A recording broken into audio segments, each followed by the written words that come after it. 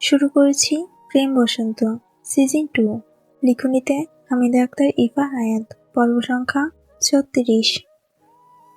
অর্ণা ওদের মাঝখানে শুয়েছিল। দুজন যেভাবে ঝগড়া করে, পরে দেখা গেল মারামারি শুরু হবে। কানাত বিরক্ত হলো এতে। অর্ণা আদর করে আবার আদির মাথায় হাতও বুলিয়ে দিচ্ছে। আদি হালকা মাথা উঁচু করে উঁকি মারল।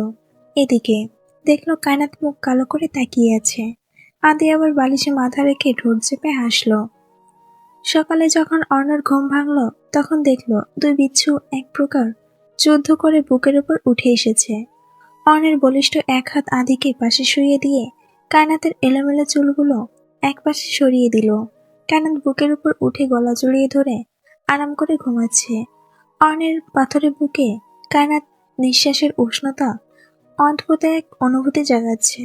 সে গম্ভীর মানুষ, সহজে আবেগ প্রকাশ তার ধাতে নেই, কিন্তু এই মুহূর্তে নিজের ভিতরটা কেমন যেন নরম হয়ে এলো। অর্ণা ঘুম ভাঙলেও সে নড়ল না। সে জানে একটু নড়াচড়া করলেই এই গম্ভীর ঘুমের আমেজটা ভেঙে যাবে। আদি একপাশে মুখ হাঁ করে ঘুমাচ্ছে, আর কায়নাত ওকে শক্ত করে আঁকড়ে ধরে আছে, যেন ছেড়ে দিলে অন্য কোথাও হারিয়ে যাবে। অর্ণের দৃষ্টি কায়নাতের শান্ত মুখের উপর নিবদ্ধ। মেয়েটা অনেকটা শুকিয়ে গেছে, চোখের নিচে হালকা কালচে ছায়া। অর্ণের খড়খড়ে হাতটা কায়নাতের গালের উপর স্থির হলো। অমসৃণ তপ্ত হাতের স্পর্শে কায়নাতের ঘুমের ঘোরে একটু উসখুস করে উঠল। সে চোখ না খুলে অর্ণের বুকের মুখটা আরো ভালোভাবে গুজে দিয়ে অস্পষ্ট সুরে বলল, যেতে দেব না, একদম না। অর্ণের ঠোঁটের কোণে হাসির রেখা দেখা দিল না ঠিকই, কিন্তু তার চোখের চাউনি নরম হয়ে এলো। সে নিচু স্বরে নিজের মনে বিলবিল করল, পালায়নি তো, বেয়াদব মহিলা। অর্ণের সেই বেয়াদব মহিলা ডাকটা কায়নাতের কানে পৌঁছালো কিনা জানা নেই, তবে সে অর্ণের বুক খামচে ধরল ঘুমের ঘোরে, যেন ওইটুকু শাসনের প্রতিবাদ জানালো সে। অর্ণ এক মুহূর্তের জন্য শ্বাস চেপে ধরল। তার এই শক্তপোক্ত পাথরের জীবনে কায়নাত এক পশলা বৃষ্টির মতো, যে ভিজিয়ে দিলেও অর্ণের গাম্ভীর্যের ছাতাটা সরানোর সাধ্য কারো নেই। ঠিক সেই মুহূর্তেই আদি হঠাৎ নড়ে চড়ে উঠল। বিচ্ছুটা ঘুমের মধ্যেও যেন চুম্বক লাগিয়ে রেখেছে। সে অর্ণের অন্য হাতটা টেনে নিজের পেটের উপর নিল, আর আধবোঝা চোখে একবার কায়নাতের দিকে তাকিয়ে আবার বালিশে মুখ গুজল। অর্ণ দেখল এই ছোট ছোট দুটো মানুষ তারপর অস্তিত্ব দখল করে বসে আছে। সকাল বাড়ছে। জানালার পর্দা ভেদ করে রোদের একটা সরু রেখে এসে কায়নাতের চোখের উপর পড়ল। সে বিরক্ত হয়ে ভ্রু কুঁচকাল, কিন্তু চোখ মেলল না, বরং অর্ণের বুকের উপর থুতনি রেখে আদো আদো গলায় বিড়বিড় করল, আদি কি উঠে গেছে? ওকে সরান তো, বেয়াদব ছেলে একটা। অর্ণের গলার স্বর আগের মতোই গম্ভীর, তবে তাতে আজ এক চিমটি প্রশ্রয় মেশানো। সে কায়নাতের কপাল থেকে অবদ্ধ চুলগুলো সরিয়ে দিয়ে বলল, নিজের ভাগ্নিকে হিংসা করতে লজ্জা করে না তোমার? আদি তো এখনো ঘুমাচ্ছে, তুমি বরং অসভ্যতামি করে আমার বুকটাকে বালিশ বানিয়ে রেখেছ। কায়নাত এবার চোখ মেলল। অর্ণের সেই ভাবলেশীন গম্ভীর চোখের দিকে তাকাতেই একটু কেঁপে উঠল। অর্ণের সেই পাথরের চাহনি কায়নাতকে আরো উস্কে দিল। সে উঠে বসল। অর্ণ নির্বিকার ভাবে হাতশোয়া হয়ে রইল, যেন কায়নাতের এই চঞ্চলতা তাকে স্পর্শ করছে না। কায়নাত কিছুক্ষণ একা একাই বকবক করতে লাগলো, মানুষের ধৈর্য কতটা হতে পারে তার প্রমাণ আমি। সারাদিন যে আপনি এমন গাম্ভীর্যের চাদর মুড়িয়ে দিয়ে থাকেন, একবারও কি মনে হয় না আমারও কিছু ইচ্ছা আছে? আমিও কথা বলছি, আর আপনি এমনভাবে তাকিয়ে আছেন যেন আমি কোনো ভিন্ন দেশের প্রাণী। এই যে আপনার কোনো হেলদোল নেই, কোনো প্রতিক্রিয়া নেই, এটা কি স্বাভাবিক? আপনার কি রক্ত মাংসের হৃদয় বলে কিছু নেই? অর্ণের দিক থেকে কোনো উত্তর নেই। সে শুধু শান্ত চোখে জানালার দিকে তাকিয়ে রইল। অর্ণের এই পিনপতন নীরবতা কায়নাতের ধৈর্যের বাঁধ ভেঙে দিল। সে নিজের গায়ের আধ গোছালো শাড়িটা একটু টেনে ঠিক করে নিল। তারপর এক ঝাঁক তপ্ত নিঃশ্বাস ছেড়ে বাঁকা হেসে ইঙ্গিতপূর্ণ স্বরে সরাসরি অর্ণের চোখের দিকে তাকিয়ে বলে উঠল, সারাদিন যে এমন কাঠখোট্টা হয়ে থাকেন, আপনার কি সত্যি কোনো পুরুষত্ব আছে, নাকি ভেতরে কোনো সমস্যা আছে? মাঝে মাঝে আমার সন্দেহ হয়, আমি কি কোনো মানুষের সাথে ঘর করছি নাকি পাথরের মূর্তির সাথে, যার কোনো অনুভূতিই কাজ করে না। কথাটা বলেই কায়নাত অদ্ভুত দৃষ্টিতে অর্ণের দিকে তাকালো। অর্ণের চোয়াল কিছু মুহূর্তের জন্য শক্ত হলো, চোখের মধ্যে আগুনের হুলকি দেখা দিল। অর্ণের সেই রাগী তপ্ত চাহনি দেখে কায়নাত ঠোঁট কামড়ে ধরল। জেদ করে অর্ণের গায়ের উপর আরেকটা ঝুঁকে এলো অনেকটা ঝুঁকে এলো। কায়নাত অর্ণের গলার খুব কাছে নিজের মুখ নিয়ে ফিসফিস করে বলল, কি হলো, রাগ হচ্ছে? উত্তর দিচ্ছেন না কেন? কায়নাত যখন একদম অর্ণের ঠোঁটের কাছে নিজের নিঃশ্বাস ফেলছে, ঠিক তখনই মাঝখান থেকে তড়াক করে সেই পিছুটা মাথা তুলে উঁকি দিল। আদে বড় বড় চোখ করে ওদের দুজনের একদম নাকের ডগায় নিজের মুখটা ঢুকিয়ে দিয়ে নিষ্পাপ স্বরে বলে উঠল, তোমরা কি করো? মুহূর্তের মাঝে কায়নাত আর অর্ণ দুজনেই যেন ছিটকে সরে গেল। কায়নাত লজ্জায় আর অস্বস্তিতে বিছানা ছেড়ে নামতে গিয়ে প্রায় হোঁচট খেল। অর্ণের গম্ভীর মুখে তখন বিরক্তি আর রাগের এক অদ্ভুত মিশ্রণ। সে দাঁত চিবিয়ে ডাকল, আদি। আদি একগাল হেসে অর্ণের পেটের উপর আয়েশ করে বসে কায়নাতকে ভেঙচি কাটল। কায়নাত বিরক্ত হয়ে ওদের দুজনের দিকে তাকিয়ে হনহন করে ওয়াশরুমে চলে গেল। বিচ্ছুটা শান্তিমতো একটু প্রেমও করতে দেবে না। কায়নাতের মন চাইল তুলে বারান্দা দিয়ে ছুঁড়ে মারতে, বিচ্ছুটা শুধু তার পেছনে লেগে থাকে। সকালে খাওয়া দাওয়া শেষ হলে সবাই তৈরি হওয়ার আগে জয়া জেদ ধরেছে। নাজনীন চোখ ছোট ছোট করে ওর গাল ফুলিয়ে রাখা রাগ দেখছে কাল থেকে। লজ্জায় অন্যদের বলতে না পারলেও স্বামীর কাছে ঠিকই আবদার করেছে। নাজনীন বলল, ওদের সাথে গিয়ে লাভ নেই, তোকে নিয়ে একা ঘুরে আসবো। জয়া কটমট স্বরে বলল, তোমাকে আমি চিনি না ভেবেছ? তোমার কাজই জীবনে শেষ হবে না। হয় তুমি ওদের সাথে আমাকে একা পাঠাবে, না হলে তুমি এর সাথে যাবে। নাজনীন ভাবল এক ধমক দিয়ে ওকে চুপ করিয়ে দিবে, কিন্তু অর্ণও তাকে যাওয়ার কথা বলেছিল। তাছাড়া ছোট বউটা সবাই হাতে এসেছে। এখনই যদি ঝগড়া টগড়া করে তাহলে দেখা যাবে রাত হলে এর যত কাহিনী শুরু হবে। বেচারা ঠোঁট কামড়ে খানিকক্ষণ ভেবে রাজি হলো। যাওয়ার আগে বাড়ির বাইরে বের হতে আব্দুল চৌধুরী দুই মেয়ের পাশে দাঁড়ালেন। অর্ণ আর নাজনীন গাড়ির সামনে দাঁড়িয়ে তখন।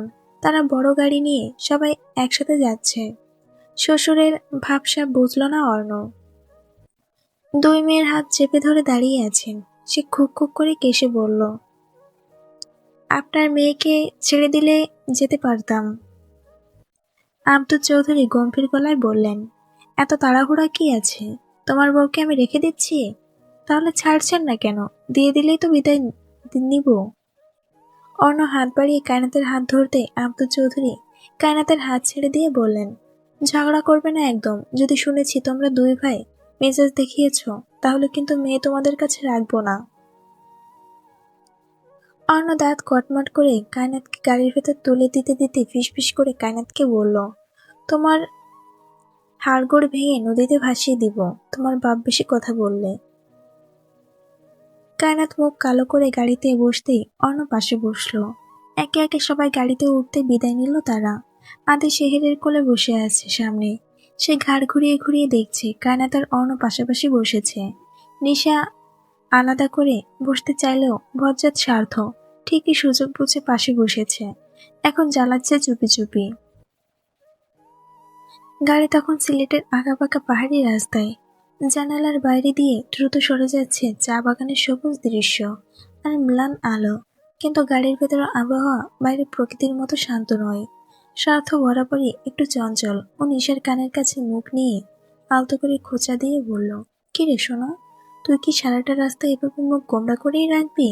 এখানে এসেও যদি এমন করিস তবে কিন্তু তোকে জাফলংয়ের পানিতে ডুবিয়ে দিব।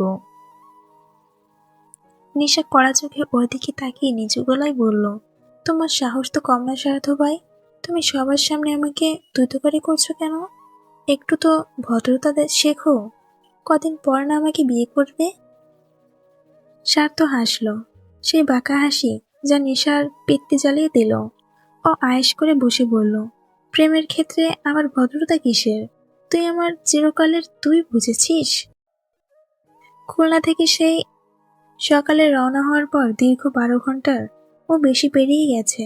যানজট আর আঁকাবাঁকা রাস্তার ধকল শেষে যখন গাড়িটা সিলেটের সীমানায় ঢুকলো, তখন ঘড়ির কাঁটা রাত 12টা পার করে দিয়েছে। শহরের ব্যস্ততা অনেকটাই ঝিমিয়ে এসেছে। রাস্তার ল্যাম্পপোস্টের হলুদ আলোয় চা বাগানের নিস্তব্ধতা এক মায়াবী পরিবেশ তৈরি করছে। অর্ণ সিলেটের সবচেয়ে বিলাসবহুল একটি 5 তলা হোটেলের বেশ কয়েকটি ডিলাক্স রুম আগেই বুক করে রেখেছিল। গাড়ি যখন হোটেলের বিশাল গেট দিয়ে ভেতরে ঢুকলো, ক্লান্তির মাঝেও সবাই একবার চোখ মেলে তাকালো। ঝলমলে আলোর ফোয়ারার আভিজাত্য ঘেরা এই হোটেলটি সত্যি দেখার মতো। সাতও গাড়ি থেকে নেমে বড় একটা হাই তুলে নিশার দিকে তাকালো। নিশার চোখে মুখে ঘুম ঢুল। স্বার্থ ওর একদম কাছে গিয়ে বলল, কি রে নিশু, তুই কি এখানেই ঘুমিয়ে পড়বি? নিশা বিরক্ত, রাত 12টার বেশি বাজে স্বার্থ ভাই, তোমার এই ফালতু কথা থামিয়ে একটু ব্যাগগুলো ধরতে সাহায্য করো। খুব বেয়াদবি শিখেছিস নেশার বাচ্চা, শুধু একটাবার বিয়েটা হোক, এর হিসেব আমি নেব। নিশা মুখ পাকালো। এদিকে অর্ণ গাড়ি থেকে নেমে গম্ভীর মুখে চেক ইন ফর্মাটিলিস সারল। কায়নাত গাড়ি থেকে নামার পর ওর শাড়ির আঁচলটা একটু ঠিক করে নিয়ে জড়সড় হয়ে দাঁড়িয়ে রইল। সারাদিনের যাত্রায় ও ক্লান্ত, কিন্তু অর্ণের সেই রাগী চেহারাটা মনে পড়তে ওর ক্লান্তি যেন ভয়ের রূপ নিচ্ছে। লোকটা যে শুরু করেছে, সারাটা রাস্তা মুখটা একটু করে রেখেছিল, হাসে না, নাকি মুখটাই এমন? আদি তখন শেহরের কোলে মাথা রেখে গভীর ঘুমে আচ্ছন্ন। শেহরকে কোলে নিয়ে হোটেলের লবিতে সোফায় বসলো। অর্ণ চাবি হাতে নিয়ে সবার দিকে তাকিয়ে বলল, সবাই নিজের নিজের রুমে যাও, ফ্রেশ হয়ে কিছু খেয়ে ঘুম দাও। কাল সকালের আগে কেউ যেন আমাকে বিরক্ত না করে। অর্ণের কণ্ঠস্বরে একটা চূড়ান্ত গাম্ভীর্য। ও কায়নাতের দিকে একবার তীক্ষ্ণ নজরে তাকিয়ে ইশারা করলো লিফটের দিকে। কায়নাত মাথা নিচু করে ওর পিছন পিছন হাঁটা দিল। রুমের দরজায় কার্ড টাচ করতেই ক্লিক শব্দে দরজা খুলে গেল। বিশাল রুম, কিং সাইজ বেড আর জানালার ওপাশে দূরের পাহাড়ের উপর চাঁদের আলো, সব মিলিয়ে পরিবেশটা ছিল অপার্থিব সুন্দর। কিন্তু কায়নাত ভেতরে ঢুকতে অনেক সশব্দে দরজাটা বন্ধ করে লক করে দিল। কায়নাত চমকে পেছনে তাকালো। অর্ণ কোটটা খুলে সোফায় ছুঁড়ে ফেলে কায়নাত দিকে এক পা করে এগিয়ে আসছে। ওর চোখের দৃষ্টি এখন আরো বেশি রহস্যময়। ও নিচু স্বরে বলল, সারা রাস্তা তো চুপ করেছিলে, এখন বলো তোমাকে নিয়ে আমি কি করব? এই যে এত রাতে আমরা এখানে পৌঁছালাম, আমার পুরো মেজাজটা কিন্তু এখনো বিগড়ে আছে। তোমার কি কোনো আইডিয়া আছে তোমাকে কিভাবে শাস্তি দেব? কায়নাত দেওয়ালের সাথে লেপ্টে দাঁড়িয়ে রইল। হৃৎপিণ্ডের ধুকপুকানি তখন ওর গলার কাছে এসে ঠেকেছে। অর্ণ ওর ঠিক সামনে এসে দাঁড়ালো। ওর গায়ের পারফিউমের কড়া ঘ্রাণ কায়নাতের নিঃশ্বাসে মিশে যাচ্ছে। অর্ণ যখন কায়নাতকে কোণঠাসা করে দাঁতে দাঁত চেপে শাস্তির ভয় দেখাচ্ছিল, তখন কায়নাত বুঝলো ভয় পেয়ে পিছিয়ে থাকলে আজ রক্ষে নেই। অর্ণের এই গম্ভীর শাসনকে ভাঙতে হলে তাকে অপ্রস্তুত করে দিতে হবে। অর্ণ তখন কায়নাতের একদম কাছে, ওর এক হাত দেওয়ালের গায়ে রাখা। কায়নাত হুট করে ওর চোখের দিকে তাকালো। সে ভেজা ভেজা ভয়ার্ত চোখের বদলে সেখানে এখন এক চিলতে দুষ্টুমি। অর্ণ কিছু বুঝে ওঠার আগে কায়নাত ঝট করে নিজের ডান পাটা অর্ণের জুতোর পরা পায়ের উপর রাখলো। তারপর সে পায়ের উপর ভর দিয়ে নিজেকে একটু উঁচু করে ছো মেরে অর্ণের গলা জড়িয়ে ধরল। অর্ণের শরীরটা মুহূর্তে শক্ত হয়ে গেল। ও একদম হতভম্ব। যে মেয়েটা একটু আগে ভয়ে কুকড়ে যাচ্ছিল, সে হুট করে এমন আক্রমণ করে বসবে সেটা ওর কল্পনাতেও ছিল না। অর্ণের দুহাত তখন শূন্যে ঝুলে আছে। ও বুঝতে পারছে না হাত দুটো দিয়ে কায়নাতকে সরিয়ে দিবে নাকি শক্ত করে জড়িয়ে ধরবে। কায়নাত অর্ণের কানের কাছে মুখ নিয়ে ফিসফিস করে বলল, কি হলো লাট সাহেব, শাস্তি দেওয়ার খুব শখ ছিল না? এখন চুপ করে দাঁড়িয়ে আছেন কেন? দিন না আপনার সেই ভয়ঙ্কর শাস্তি। অর্ণের গাম্ভীর্যের দেওয়ালটা যেন তার সাথে ঘরের মতো ভেঙে পড়ল। একটা শুকনো ঢোক গিলল। কায়নাতের চুলের সুবাস আর ওর গায়ের ওম অর্ণের মস্তিষ্কের সব রাগ নিমিষে ধুয়ে মুছে দিচ্ছে। বেয়াদব বউটা ভারী বজ্জাত। ও একটু তোতলামি করে বলল, তুমি তুমি কি পাগল হয়ে গেছো? ছাড়ো আমাকে। কায়নাত আরো শক্ত করে ওকে জড়িয়ে ধরে জেদ ধরল। ছাড়বো না। আগে বলুন, রাগ করবেন না আর মেসেজ দেখাবেন না, তবেই ছাড়বো। অর্ণের ঠোঁটের কোণে এবার একটা হারমানা হাসি ফুটে উঠল। ও বুঝতে পারলো এই ছোট্ট মেয়েটা ওকে জব্দ করার মোক্ষম অস্ত্রটা চিনে ফেলেছে। ও আলতো করে কায়নাতের কোমর জড়িয়ে কাছে টানতেই কায়নাত ভীতু হলো একটু। অর্ণ পরপর ওকে ছেড়ে দিয়ে হনহন করে ঢুকলো ওয়াশরুমে। ভোরের আলো ফুটতে সিলেটের প্রকৃতি এক মায়াবী রূপ ধারণ করেছে। মেঘালয় পাহাড়ের কোল ঘেঁষে আসা কুয়াশার চাদর তখনও চা বাগানগুলোর উপর বিছিয়ে আছে। দূর থেকে আসা নাম না জানা কোনো পাখির ডাকার পাহাড়ের বুক চিরে বয়ে আসা হিমেল হাওয়া যেন পুরো শহরকে এক অদ্ভুত প্রশান্তে ডুবিয়ে রেখেছে। হোটেলের জানালা দিয়ে তাকালে মনে হয় সবুজ মুখমলের পাহাড়ের কেউ যেন রূপালি ধোঁয়া ঢেলে দিয়েছে। সকাল 8:30। হোটেলের বিলাস লবিতে শেহের আদিকে নিয়ে পায়চারি করছে। আদির পরনে ছোট একটা জ্যাকেট, কারণ সিলেটের ভোরের বেশ ভালোই ঠান্ডা। সার্থ আর নিশা হোটেলের বাগানের দিকে টেবিলটাতে মুখোমুখি বসে আছে। সার্থের পরনে সাদা টি শার্ট আর জিন্স, আর নিশা একটা বসন্তী রঙের কামিজ পরেছে যা ভোরের রোদে ঝিলমিল করছে। সার্থ কফির কাপে চুমুক দিয়ে জানালার ওপারে মেঘের আনাগোনা দেখছিল। হঠাৎ ও নিশাকে বলল, কি রে নেশার বাচ্চা, তুই কি দেখছিস? এই কুয়াশা আর পাহাড়ের মধ্যেও তোকে জাস্ট একটা পাহাড়ি কন্যা মনে হচ্ছে। তোর কি ইচ্ছা করে না এই সৌন্দর্য দেখে আমাকে একটা চুমু খেতে? নিশা একটা বাঁকা চাহনি দিয়ে বলল, তুমি তোমার এই ড্রামা বন্ধ করবে? সকালে উঠে প্রকৃতি দেখবো নাকি তোমার এই ন্যাকামো শুনবো? সাত হাসল। তোর যে কি হাল করবো। ও চোখ ঘুরিয়ে অন্যদিকে তাকালো। শের ওদের কাছে এসে বলল, অর্ণের রুমের কোনো সারা শব্দ পাচ্ছিস? কাল তো রাত 12টায় ঢুকেছে, এখনো বেরোনোর নামই নেই। স্বার্থ এবার সুযোগ বুঝে ফোড়ন কাটলো, তুই কি বিয়ে করেছিস? বিয়েটা কর, না হলে বুঝবি কি করে। তুই করেছিস? তোরা তো অভিজ্ঞতা এলো কোথা থেকে? থতমত খেয়ে গেল স্বার্থ। নিশা বাঁকা চোখে তাকালো। স্বার্থ শুকনো ঢোক গিলে বলল, আশ্চর্য, বয়স কি এমনি এমনি বেড়েছে? ঠিক তখনই লিফটের দরজা খুলে গেল। কালো সানগ্লাস চোখে, ধবধবে সাদা পাঞ্জাবিতে অর্ণ বের হয়ে এলো। ওর পেছনে গুটি গুটি পায়ে আসছে কায়নাত। কায়নাতের পরনে হালকা গোলাপি শাড়ি, চোখে কাজল। ওকে দেখতে একদম স্নিগ্ধ লাগছে, তবে অর্ণের মুখটা এখনো সেই আগের মতোই গম্ভীর, যেন পুরো পৃথিবী ভার ওর কাঁধে। অর্ণ ওদের সামনে এসে দাঁড়াতেই পুরো জায়গায় একটা থমথম নীরবতা নেমে এলো। ওর হাতের ঘড়ির দিকে তাকিয়ে গম্ভীর গলায় বলল, সবার কি নাস্তা শেষ? দেরি হলে কিন্তু আমি কাউকে ছাড়াই বেরিয়ে যাব। শের অবাক হয়ে বলল, একা বের হবি মানে? মিটিং তো কালকে। অর্ণ হাত ঘড়িতে আরেকবার টাইম দেখে বলল, আলতাফ দেওয়ানের মেয়ে আসছে দেখা করতে। কায়নাত চোখ বড় বড় করে তাকালো ঘাড় উঁচু করে। কোনো মেয়ের সাথে দেখা করতে যাওয়ার জন্য এত সেজে বের হয়েছে অর্ণ? সে ঠোঁট চেপে বলল, ওনার মেয়েও এসেছে?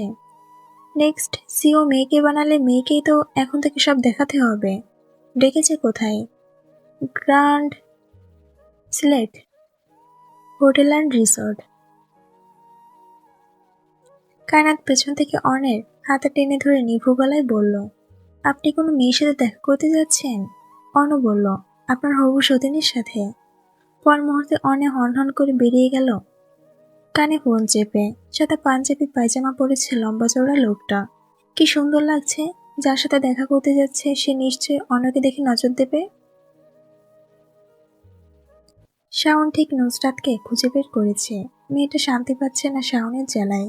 শাওন আদিকে নিয়ে হাঁটতে বের হয়েছে বাসার পাশে। আদি পিছন ফিরে দেখল শের বুকে হাত গুজে এক জায়গায় দাঁড়িয়ে আছে, তাদের দিকে তাকিয়ে।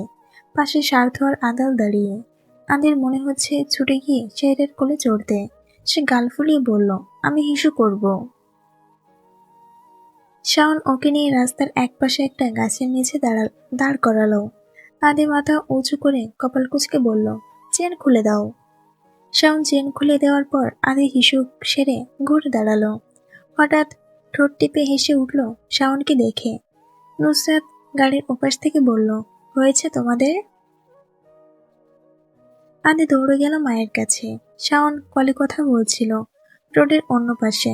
তখন শেহরা এগিয়ে এলো নুসরাতদের কাছে। নুসরাত আশ্চর্য হয়ে ওদের দেখে বলল, তোমরা এখানে কি করছো? শের গম্ভীর গলায় বলল, তুমি এখানে কি করছো? নুসরাত শুকনো গলায় ভিজিয়ে বলল, আদির বাবা ওকে নিয়ে এসেছে। আদিকে এনেছে, তোমাকে তো নয়। তুমি কি করছো এখানে? নুসরাত উত্তর দিল না। আদি শেহরের কোমর জড়িয়ে ধরে বলল, ওই লোকটা মার সাথে ঝগড়া করেছে বাবা। শেহরের চোখ কাঠিন্যতা বজায় রেখে নুসরাতের দিকে তাকিয়ে রইল। আদি উকি মেরে স্বার্থকে বলল, স্বার্থ ভাই একটু নিচু হও। স্বার্থ আর আদাল দুজনেই নিচু হলো। আদি ফিসফিস করে বলল, জানো আমি কি করেছি? আদাল বলল, কি করে? জানো আমি কি দেখেছি? আদাল বলল, কি দেখেছিস? ওই লোকটা এত ছোট, আমার সাথে দাঁড়িয়ে হিসু করছিল। স্বার্থ আশ্চর্য হয়ে বলল, কি ছোট? পাখি?